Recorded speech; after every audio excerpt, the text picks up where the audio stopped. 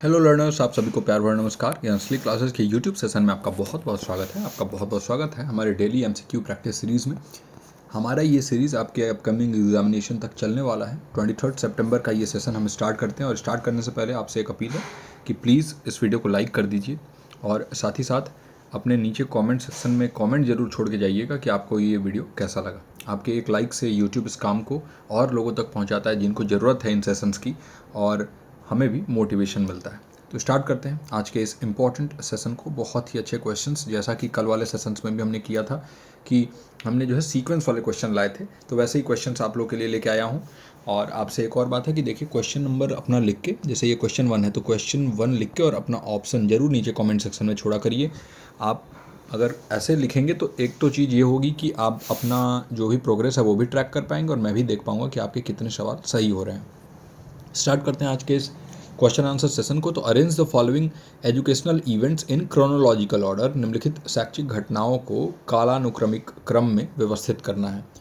तो इनमें कुछ एजुकेशनल इवेंट्स हैं, कुछ ऐसी घटनाएं हैं जो कि शिक्षा के क्षेत्र में हुई हैं और इनको आप क्रोनोलॉजी में सजाना है, यानी कि कब कब ये हुई हैं उसके हिसाब से, उनके ईयर के हिसाब से कौन पहले आएगा कौन बाद में आएगा, ऐसे करना है।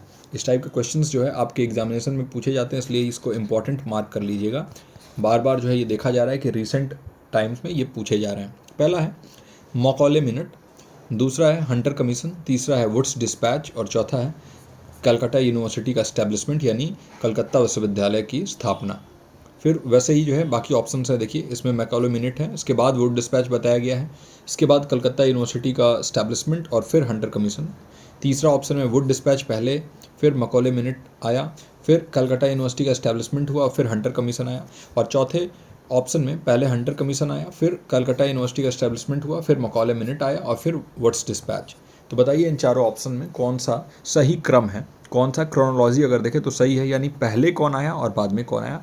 तो उसको असेंडिंग ऑर्डर में हम कहें तो आपको सजाना है, यानी कि सबसे पहले जो है जो आया उसको पहले लिखना है और सबसे लास्ट में जो है वो लास्ट में रहेगा उनके डेट के हिसाब से। तो आई होप कि आपने क्वेश्चन नंबर और उसके साथ ऑप्शन लिख दिया हो। और देखिए जो इसका करेक्ट आंसर हो जाएगा, सबसे पहले मकौले मिनट आया था। मकौले मिनट 1835 में आया था, 1835 में। मैं आपको ये भी बताता चलूँगा कि कौन से ईयर में क्या आया था और ये किस बारे में बात करता था।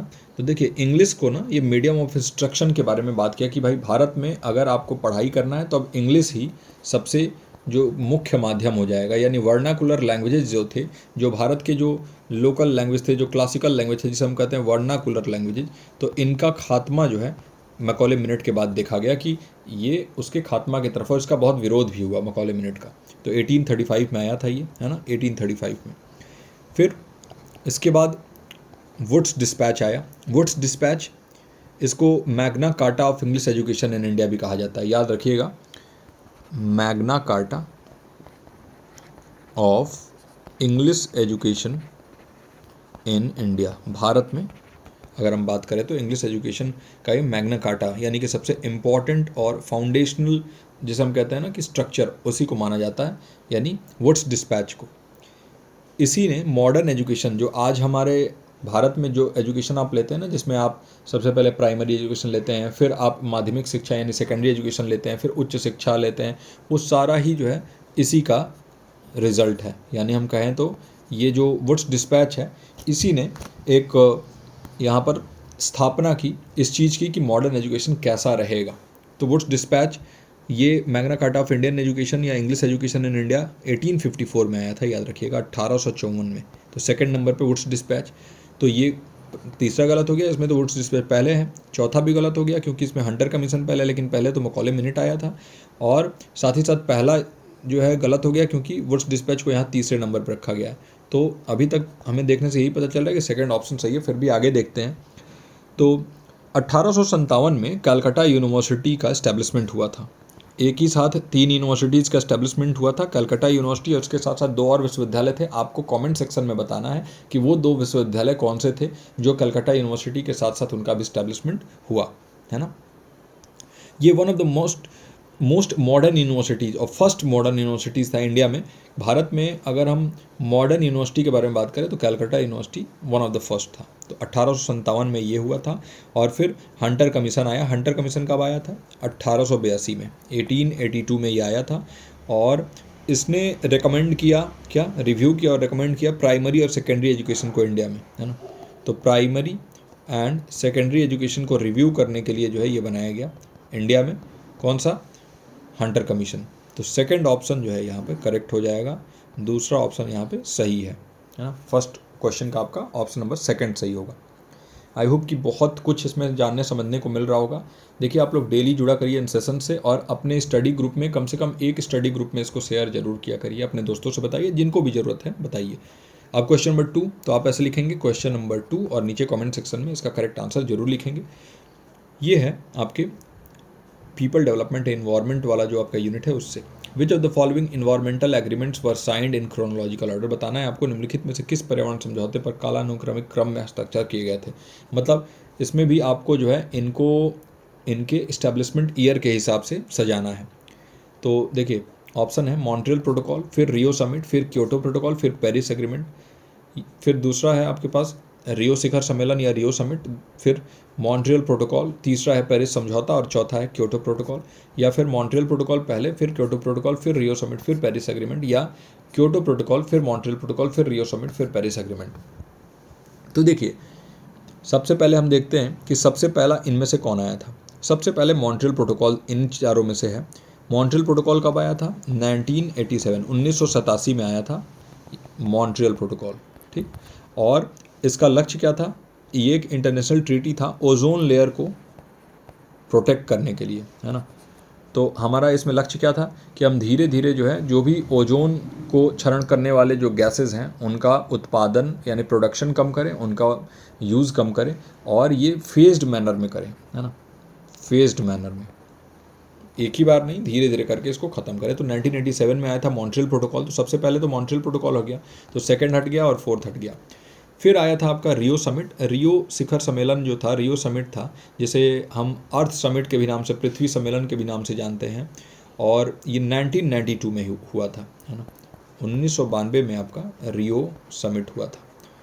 इसमें बहुत इंपॉर्टेंट डिसीजंस भी लिए गए थे, है ना। जैसे इसका एक इम्पॉर्टेंट डिसीजन के बारे में अगर हम बात करें तो इसी के अंदर जो है एजेंडा 21 का जो पूरा का पूरा लक्ष्य रखा गया था, वो एजेंडा 21 इसी के अंदर, UNFCCC जो हम लोगों ने देखा वो भी इसके अंदर ही था। तो Rio Summit 1992, United Nation conference focused on sustainable development environmental conservation, यानी आपके सतत विकास पर और पर्यावरण के संरक्षण के ऊपर इसका ये समिट हुआ था। तो सेकंड नंबर पे आएगा आपका रियो समिट, 1992 में ये हुआ था, 1992 में। तो पहला होगा आपका मॉन्ट्रियल प्रोटोकॉल, दूसरा होगा रियो समिट। तो यानी कि फर्स्ट ऑप्शन तो आपका वैसे सही हो गया है, ये 1987, ये 1992। इसके बाद थर्ड नंबर पे आएगा आपका क्योटो प्रोटोकॉल, जो 1997 में हुआ था, क्योटो प्रोटोकॉल। और ये एक इंटरनेशनल ट्रीटी था। इसका एम क्या था? तो जो ग्रीन हाउस गैस एमिशंस, यानी कि जो भी आपके ग्रीन हाउस गैस उत्सर्जन हो रहा था, इसको कम करना, ये एक इंटरनेशनल ट्रीटी था, क्योटो प्रोटोकॉल, है ना। और ये जापान के शहर क्योटो में हुआ था 1997 में। और इसके बाद जो पेरिस एग्रीमेंट हमने देखा 2015 में, पेरिस एग्रीमेंट हुआ, एक ग्लोबल अकॉर्ड था। उसके एम था कि भाई ग्लोबल वार्मिंग को आप बिलो 2 डिग्री सेल्सियस पे रोकना है, और कोशिश करना है कि 1.5 डिग्री से ज़्यादा ना जाए, है ना। 1.5 डिग्री मैक्स टू मैक्स कोशिश किया ना, 2 डिग्री जो है ये सबसे मैक्सिमम बताया गया। ये 2015 में पेरिस एग्रीमेंट हुआ था। तो फर्स्ट आपका ऑप्शन सही हो जाएगा। पहले मॉन्ट्रियल प्रोटोकॉल हो गया जो 1987 में आया था, ओजोन लेयर से रिलेटेड। फिर रियो शिखर सम्मेलन, ये अर्थ समिट भी बोलते हैं, 1992 में हुआ था, और ये आपके सस्टेनेबल डेवलपमेंट और इन्वायरमेंटल कंजर्वेशन के ऊपर था। फिर क्योटो प्रोटोकॉल 1997 में हुआ था, ये ग्रीन हाउस गैस एमिशन को रिड्यूस करने के ऊपर था। और पेरिस समझौता जो 2015 में हुआ था, तो आपके ग्लोबल वार्मिंग को बिलो 2 डिग्री सेल्सियस रोकने के बारे में था ये। तो first option is the correct answer. Now moving to the question number third. आपको अगेन क्वेश्चन नंबर लिख के, ये थर्ड है, और थर्ड लिख के आपका ऑप्शन जो है जरूर लिखिएगा, है ना। Arrange the following models of communication in chronological order. बताना है संचार के निम्नलिखित मॉडलों को कालानुक्रमिक क्रम में व्यवस्थित करें। तो इसमें क्या करना है आपको कि इनको भी क्रोनोलॉजिकल ऑर्डर यानी कालानुक्रमिक क्रम में व्यवस्थित करना है। तो देखिए ऑप्शंस आपके पास है एरिस्टोटल मॉडल, फिर बर्लो का एसएमसीआर मॉडल, फिर Schramm's interactive model, Shannon and Weaver model. फिर यहाँ पर एरिस्टोटल मॉडल आ गया, फिर शैनन वीवर, फिर बर्लो एसएमसीआर और फिर स्क्रैम्स इंटरैक्टिव मॉडल। या फिर तीसरा शैनन वीवर पहले आया था, फिर एरिस्टोटल आया, फिर स्क्रैम्स मॉडल और फिर बर्लो एसएमसीआर मॉडल आ गया। या फिर एरिस्टोटल मॉडल, फिर शैनन वीवर मॉडल, फिर स्क्रैम्स मॉडल और बर्लो मॉडल। तो बताना है आपको कि कौन सा पहले आया था और इसके बाद कौन कौन सा आता गया। तो क्वेश्चन नंबर 3 है आपका। देखिए, आपको ये पता होना चाहिए कि कौन सा ये मॉडल जो है पहले आया था, क्योंकि इसी के आधार पर आजकल क्वेश्चन पूछ दिया जा रहा है और इसमें बच्चे कंफ्यूज हो जा रहे हैं। तो देखिए, सबसे पहले जो मॉडल आया, one of the earliest model जिसे माना जाता है कम्युनिकेशन का, है ना, मतलब सबसे पहले माना जाता है कि यही मॉडल आया था, वो है अरस्तु का जो मॉडल है, एरिस्टोटल मॉडल। तो एरिस्टोटल मॉडल पहले आया था, ये 4th सेंचुरी BC में आया था, यानी आपके अभी से लगभग 2400 साल के आसपास हो गया होगा इस मॉडल को आए हुए। और इसका फोकस था स्पीकर, स्पीच और ऑडियंस, 3 चीज़। पहला स्पीकर, दूसरा स्पीच और तीसरा ऑडियंस। और हमने जब क्लास किया था तो बात किया था कि ऑडियंस के ऊपर इसका मेनली फोकस होता है और कैसे उनको परसुएड करें, कैसे जो है अपने बातों को मनवा दें, इसके ऊपर इसका फोकस होता है। तो स्पीकर, स्पीच और ऑडियंस, 3 ही चीज़ इसमें इंपॉर्टेंट होता है। एरिस्टोटल मॉडल पहले आया था 4th सेंचुरी BC। इसके बाद आया Shannon and Weaver model. Shannon and Weaver model एक लीनियर मॉडल ऑफ कम्युनिकेशन है, इसमें कोई फीडबैक का मैकेनिज्म नहीं होता है शैनन एंड वीवर मॉडल में। तो देखिए, ये तो पहले हट गया क्योंकि इसमें शैनन एंड वीवर पहले आ गया है, और यहाँ पर एरिस्टोटल आया, लेकिन इसके बाद एसएमसीआर मॉडल आया तो ये भी हट गया। अब 2 हमारे पास ऑप्शन बचे, सेकेंड और फोर्थ। तो शैनन एंड वीवर मॉडल के बारे में आपको बताऊं कि लीनियर मॉडल ऑफ कम्युनिकेशन है, इसमें फीडबैक का कोई मैकेनिज्म नहीं है, और नॉइज़ को पहली बार इसी वाले मॉडल में इंट्रोड्यूस किया गया था, है ना, नॉइज़ का जो कॉन्सेप्ट है। तो ये शैनन एंड वीवर मॉडल है, और जितने बार मैं आपको बता चुका हूँ आपके दिमाग में छप जाना चाहिए ये सारी ही चीज़ें, और देखना आपको एग्जामिनेशन में कितना हेल्प करने वाला है जो भी चीज़ें हम यहाँ पे पढ़ रहे हैं। फिर नेक्स्ट देखें तो अच्छा, ये शैनन वीवर मॉडल आया था 1948 में, है ना, 1948 में आया था। इसके बाद अगर हम देखें तो इसके बाद आता है आपका स्क्रैम्स का इंटरैक्टिव मॉडल। स्क्रैम्स का जो इंटरैक्टिव मॉडल आया था, ये फीडबैक के मैकेनिज्म को जोड़ देता है ना, और फीडबैक के मैकेनिज्म को जोड़ने के बाद जो है आप क्या हो जाता है, ये 2 वे कम्युनिकेशन प्रोसेस हो जाता है, 2 तरफा प्रक्रिया हो जाता है, 2 वे कम्युनिकेशन प्रोसेस हो जाता है ना। तो पहला हो गया आपका शैनन एंड एरिस्टोटल मॉडल, दूसरा हो गया शैनन एंड वीवर मॉडल, तीसरा हो गया आपका स्क्रैम्स मॉडल, और चौथा हो गया आपका फिर बर्लोज का एसएमसीआर मॉडल। तो ये कब आया था, देखिए स्क्रैम्स मॉडल जो आया था ये आया था 1954 में, जिसमें फीडबैक का मैकेनिज्म जुड़ गया आपके कम्युनिकेशन मॉडल में। और फिर इसके बाद आया बर्लो का एसएमसीआर मॉडल, और जो बर्लो का एसएमसीआर मॉडल था इसमें एनकोडिंग और डिकोडिंग को इंट्रोड्यूस किया गया था कम्युनिकेशन प्रोसेस में, और ये आया था 1960 में। तो ये लास्ट हो जाएगा आपका। तो इस हिसाब से अगर हम देखें तो 4th ऑप्शन हमारा करेक्ट आंसर हो जाएगा, चौथा ऑप्शन। ओके, चलिए अब अगले प्रश्न पे चलते हैं। हमारा अगला प्रश्न है, निम्नलिखित आयोगों या समितियों को भारतीय शिक्षा सुधारों में उनके योगदान के आधार पर सही कालानुक्रमिक क्रम में व्यवस्थित करें। अरेंज करना है इसको, जो भी कमीशंस और कमिटीज़ यहाँ पे दी हुई हैं इनको करेक्ट क्रोनोलॉजिकल ऑर्डर में, यानी पहले कौन आया और फिर धीरे धीरे उसके बाद कौन आता गया, उसके आधार पर जो है इनको सजाना है। और इंडियन एजुकेशन रिफॉर्म्स के बारे में यहाँ पे बात हो रहा है ना। तो आपके हायर एजुकेशन से रिलेटेड क्वेश्चन है ये। पहला ऑप्शन है सैडलर कमीशन, क्या पहले आया, फिर सर्जेंट प्लान, फिर राधाकृष्णन कमीशन, फिर नेशनल नॉलेज कमीशन, या फिर सर्जेंट प्लान आया, फिर राधाकृष्णन कमीशन, फिर सैडलर कमीशन, फिर national Knowledge commission. Important mark कर लीजिएगा इसको। और अगर आपको ये वीडियो यहाँ तक आप देख रहे हो और अगर आपको पसंद आ रहा है तो काइंडली लाइक कर दीजिए इस वीडियो को, है ना, और नीचे कमेंट सेक्शन में अपने क्वेश्चन का आंसर जरूर लिखते रहिए, और साथ ही साथ अपने फीडबैक भी दीजिएगा कि कैसा ये हमारा प्रयास आपको लग रहा है। फिर तीसरा ऑप्शन है सैडलर कमीशन, राधाकृष्णन कमीशन, फिर सर्जेंट प्लान, फिर नेशनल नॉलेज कमीशन, और चौथा है नेशनल नॉलेज कमीशन, फिर राधाकृष्णन कमीशन, फिर सर्जेंट प्लान, फिर सैडलर कमीशन। आई होप कि आपने अपना करेक्ट आंसर चुन लिया हो और नीचे कमेंट सेक्शन में लिख भी दिया हो। देखिए, सबसे पहले अगर हम देखें तो नेशनल नॉलेज कमीशन तो आ ही नहीं सकता, क्योंकि नेशनल नॉलेज कमीशन बहुत ही रिसेंट में आया है, तो ये हो नहीं सकता, इसको आप गलत कर दीजिए। नेशनल नॉलेज कमीशन आया था ये 2005 से 2009 तक, हमने देखा कि 2005 से 2009 तक की अवधि है इसकी। और ये कौन से प्राइम मिनिस्टर के अंडर में आया था, तो डॉक्टर मनमोहन सिंह जब प्राइम मिनिस्टर थे तब ये आया था नेशनल नॉलेज कमीशन। और किसके अंडर में, किसके चेयरमैनशिप में, तो सैम पिट्रोडा, याद रखिएगा नाम, सैम पिट्रोडा, इनके ही अंडर में ये नेशनल नॉलेज कमीशन आया था, है ना।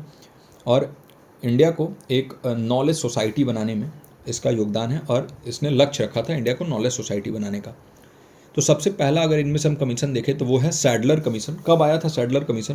तो देखिए, अगर हम सैडलर कमीशन के बारे में बात करें तो यह था 1917 में, 1917 में, और इसने इंडियन यूनिवर्सिटी एजुकेशन को रिव्यू किया था। जो भारतीय विश्वविद्यालय के शिक्षा की प्रणाली थी उसको रिव्यू करने के लिए सैडलर कमीशन को 1917 में लाया गया था। और बहुत ज़्यादा इसका जो है उस समय पे बहुत ज़्यादा जो है ना विरोध भी हुआ था सैडलर कमीशन का, क्योंकि इस वाले जो कमीशन था ना, इसमें सिर्फ विदेशियों को शामिल किया गया था। तो ये जो है याद रखने वाली चीज़ है आपके, और भी अगर एग्जामिनेशन की आप तैयारी करते होंगे वहाँ भी हेल्प करेगा ये आपको। फिर सैडलर कमीशन 1970 के बाद 17 के बाद सर्जेंट प्लान आया। सर्जेंट प्लान कब आया था? सर्जेंट प्लान आया था जस्ट आपके आज़ादी से कुछ साल पहले 1944 में, 1944 में।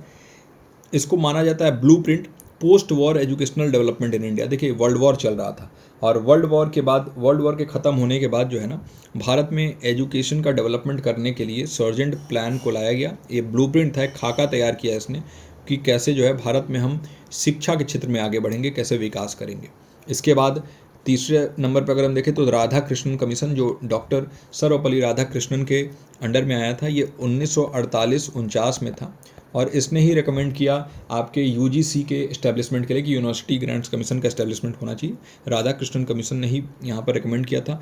इसका फोकस था उच्च शिक्षा रिफॉर्म में, हायर एजुकेशन में रिफॉर्म करने की ज़रूरत थी, क्योंकि भारत अब आज़ाद हो चुका था। तो अब जो है हमें अपने उच्च शिक्षा पर ध्यान देने की ज़रूरत थी और वहाँ पर जो पाठ्यक्रम है उसमें बदलाव की ज़रूरत थी। तो क्योंकि भारत अब आज़ाद था तो राधा कृष्णन कमीशन है ना, ये आया। और इसके बाद सबसे लास्ट में नेशनल नॉलेज कमीशन, NKC भी हम कहते हैं इसको, सैम पिट्रोदा ने लाया था और 2005 से 2009 की अवधि है। तो हमने क्रोनोलॉजी में अगर सजाया तो सबसे पहले देखिए कहाँ सैडलर आ रहा है, तो ये हट गया और ये लास्ट वाला हट गया और आपका ये हो गया क्योंकि इसमें सर्जेंट आ जा रहा है। तो आपका जो है सैडलर 2 जगह आ रहा है, फर्स्ट में और थर्ड में। फिर इसके बाद सर्जेंट प्लान कहाँ आ रहा है? तो देखिए, पहले वाले में ही सर्जेंट प्लान आ रहा है, इसमें तो राधाकृष्णन कमीशन आ गया, तो फर्स्ट ऑप्शन ही करेक्ट हो जाएगा।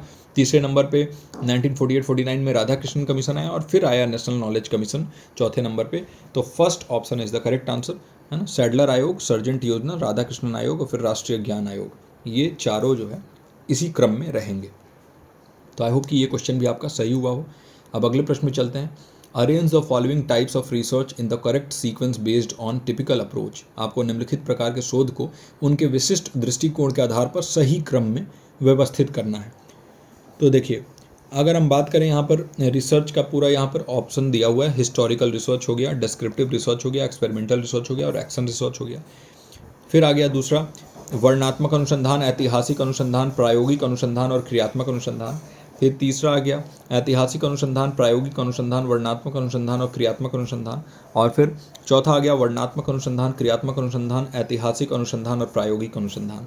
तो आपको जो है ना इनको सही क्रम में लगाना है कि किस क्रम में ये होना चाहिए। अगर हम इनके टिपिकल अप्रोच के बारे में बात करें तो देखिए, सबसे पहले हिस्टोरिकल रिसर्च आएगा, क्योंकि देखिए ये हिस्ट्री के बारे में, ये पास्ट इवेंट, जो चीज़ें बहुत पहले घट चुकी हैं, पास्ट इवेंट्स के बारे में, है ना, ये बात करता है। पास्ट जो डेटा है इसके बारे में बात करता है ना। फिर आता है इसके बाद डिस्क्रिप्टिव रिसर्च, क्योंकि ये क्या करता है, डिस्क्राइब करता है जो फेनोमेना है, किसी भी वेरिएबल को मैनिपुलेट किए बिना जस्ट डिस्क्राइब कर देता है। इसमें जो है बहुत ज़्यादा हमें कुछ बाहर से इनपुट देने की ज़रूरत नहीं होती है, तो डिस्क्रिप्टिव रिसर्च जो है इसके बाद आ जाएगा। फिर तीसरे पे आएगा एक्सपेरिमेंटल रिसर्च, क्योंकि यहाँ पर हम वेरिएबल्स को मैनिपुलेट करते हैं और डिपेंडेंट वेरिएबल के ऊपर हम इफेक्ट देखते हैं इंडिपेंडेंट वेरिएबल का, तो एक्सपेरिमेंट करते हैं, हाइपोथेसिस को टेस्ट करते हैं, कंट्रोल्ड सेटिंग में होता है, इसमें ज़्यादा हमारा जो है वो इनपुट होता है। और फिर आता है एक्शन रिसर्च। एक्शन रिसर्च में हम क्या करते हैं, प्रॉब्लम सॉल्विंग पे ध्यान देते हैं, यानी कि एकदम धरातल पे जो काम होता है प्रॉब्लम सॉल्विंग पे और प्रैक्टिकल एप्लीकेशन पे। ज़्यादातर ये शिक्षा के क्षेत्र में, एजुकेशन के क्षेत्र में होता है और इमीडिएट प्रॉब्लम को सॉल्व करने के लिए होता है, तो एक्शन रिसर्च। तो पहला देखिए, पहला होगा हिस्टोरिकल रिसर्च, फिर होगा डिस्क्रिप्टिव रिसर्च, फिर एक्सपेरिमेंटल और फिर एक्शन रिसर्च, यानी फर्स्ट ऑप्शन इसका करेक्ट आंसर हो जाएगा। तो आई होप कि ये क्वेश्चन आपको अच्छे समझ में आया हो। और फिर से मैं बोलूँगा, अगर यहाँ तक आप इस वीडियो को देख रहे हैं तो प्लीज़ लाइक करिए वीडियो को। देखिए, आपके एक लाइक से हमें थोड़ा मोटिवेशन मिल जाता है। तो क्वेश्चन नंबर 6 को स्टार्ट करते हैं। निम्नलिखित में से कौन सा क्रम संचार के शैनन और वीवर मॉडल का सही प्रतिनिधित्व करता है? Which of the following sequences correctly represents the Shannon and Weaver model of communication? Shannon and Weaver model of communication के बारे में अगर हम बात करें, और पहले ही हमने बात किया है कि शैनन एंड वीवर मॉडल के बारे में कुछ आपको जानकारी मैं देता हूँ। देखिए, सबसे पहले तो नॉइज़ का जो कॉन्सेप्ट था वो पहली बार इसी मॉडल में लाया गया था। दूसरी चीज़ अगर मैं बताऊँ तो ये एक तरफा मॉडल, जिसे वन वे प्रोसेस कहते हैं, वो है। तीसरी चीज़ अगर मैं शैनन वीवर को बताऊँ तो इसमें फीडबैक का मैकेनिज्म नहीं होता है ना, तो फीडबैक तो इसमें होता ही नहीं है। अब हम बात करते हैं कि कैसे ये स्टार्ट होता है। तो देखिए, कम्युनिकेशन जो शैनन वीवर मॉडल में होता है, इसमें सबसे पहले कम्युनिकेशन स्टार्ट होता है आपके सोर्स से, है ना। स्रोत जो होता है, सोर्स, वहाँ से स्टार्ट होता है मैसेज को सेंड करने के लिए। फिर ट्रांसमीटर का यूज होता है, मैसेज को एनकोड करते हैं सिग्नल्स में। चैनल का यूज़ होता है, वो माध्यम के तौर पे, मीडियम के तौर पे काम करता है। और फिर नॉइज़ हो सकता है कि इंटरफेयर कर दे आपके मैसेज को, और फाइनली मैसेज रिसीवर तक पहुंच जाता है, फीडबैक नहीं मिलता है। तो यानी सबसे पहले आएगा आपका सोर्स, सोर्स के बाद आपका आएगा मैसेज, मैसेज के बाद आएगा ट्रांसमीटर, ट्रांसमीटर के बाद आएगा चैनल, और चैनल के बाद आएगा रिसीवर। और नॉइज़ का जो कॉन्सेप्ट है वो आपको बीच में देखने को मिलता है ना। तो यानी कि इसका जो फर्स्ट ऑप्शन है वही करेक्ट होगा, है ना। स्रोत, संदेश, ट्रांसमीटर, चैनल, रिसीवर, है ना। और ये नॉइज़ का कंसेप्ट हमेशा देखने को नहीं मिलता है, इसलिए इसको हम हर ऑप्शन में मैंने लास्ट में ही रखा है ना। तो बहुत ही जो है अच्छे तरीके से सारे ये क्वेश्चंस आई होप कि आपको समझ में आ रहे हों, क्योंकि बहुत ही अच्छे तरीके से इनको डिज़ाइन किया गया है। और अभी तक 6 क्वेश्चंस में से आपके कितने सही हुए हैं, है ना, आप ज़रूर काउंट करते चलिएगा नीचे कमेंट सेक्शन में, इसलिए कह रहा हूँ कि आप लिखते रहिए। अब क्वेश्चन नंबर हमारे पास 7th है। बताना है, भारत में उच्च शिक्षा नीति विकास में योगदान देने वाली समिति और आयोगों का निम्नलिखित में से कौन सा सही क्रम है? इसमें आपको बताना है करेक्ट सीक्वेंस कमिटीज और कमीशंस का जो higher education policy development India में करने में इन्होंने योगदान दिया है, तो इसका सही क्रम क्या है, मतलब पहले कौन आया और फिर कौन इसके बाद आता गया, उसके हिसाब से। पहला आपका हो गया कोठारी कमीशन, फिर नेशनल पॉलिसी ऑन एजुकेशन, फिर नेशनल नॉलेज कमीशन, और फिर नेशनल एजुकेशन पॉलिसी। फिर वही national Policy on education, Kothari commission, national Knowledge commission, national Education policy. तीसरा है national Knowledge commission, national Policy on education, Kothari commission, national Education policy. चौथा है national Education policy, दूसरा है यहाँ पर नेशनल नॉलेज कमीशन, तीसरा है नेशनल पॉलिसी ऑन एजुकेशन, और चौथा है कोठारी कमीशन। देखिए, दो चीज़ें हैं, एक तो ये रिपीटेड क्वेश्चन है और मैंने जान से इसको इंक्लूड किया है ताकि आपको बिल्कुल ही अच्छे तरीके से ये याद हो जाए। नेशनल पॉलिसी ऑन एजुकेशन के बारे में अगर बात हो तो यहाँ पर हम बात करेंगे 1968 में हमारी पॉलिसी आई थी, है ना, 1968 में, 86 में, और इसका प्रोग्राम ऑफ एक्शन आया था 1992 में। तो नेशनल पॉलिसी ऑन एजुकेशन वो हो गया, और नेशनल एजुकेशन पॉलिसी मतलब ये 2020 के बारे में बात कर रहा है। तो याद रखिएगा ये चीज़ जो है पहले, सबसे पहले अगर इनमें से देखें तो कोठारी कमीशन आया था। कब आया था? 64 to 66, मतलब 1964 से 66 के बीच में ये आया था। दूसरे नंबर पे आपके आया था नेशनल पॉलिसी ऑन एजुकेशन, जो 1968 में आया था। फिर 1986 में भी लाया गया, उसको रिवाइज किया गया 1992 में प्रोग्राम ऑफ एक्शन के तौर पे। फिर आया आपका नेशनल नॉलेज कमीशन, जो आया था 2005 से 2009 का, यहाँ पर टाइमलाइन है 2005 से 2009। और ये कौन लाए थे? सैम पिट्रोदा, और प्राइम मिनिस्टर थे डॉक्टर मनमोहन सिंह। और फिर आता है नेशनल एजुकेशन पॉलिसी, जो करंट गवर्नमेंट के अंडर में आया, 2020 में आया, NEP 2020।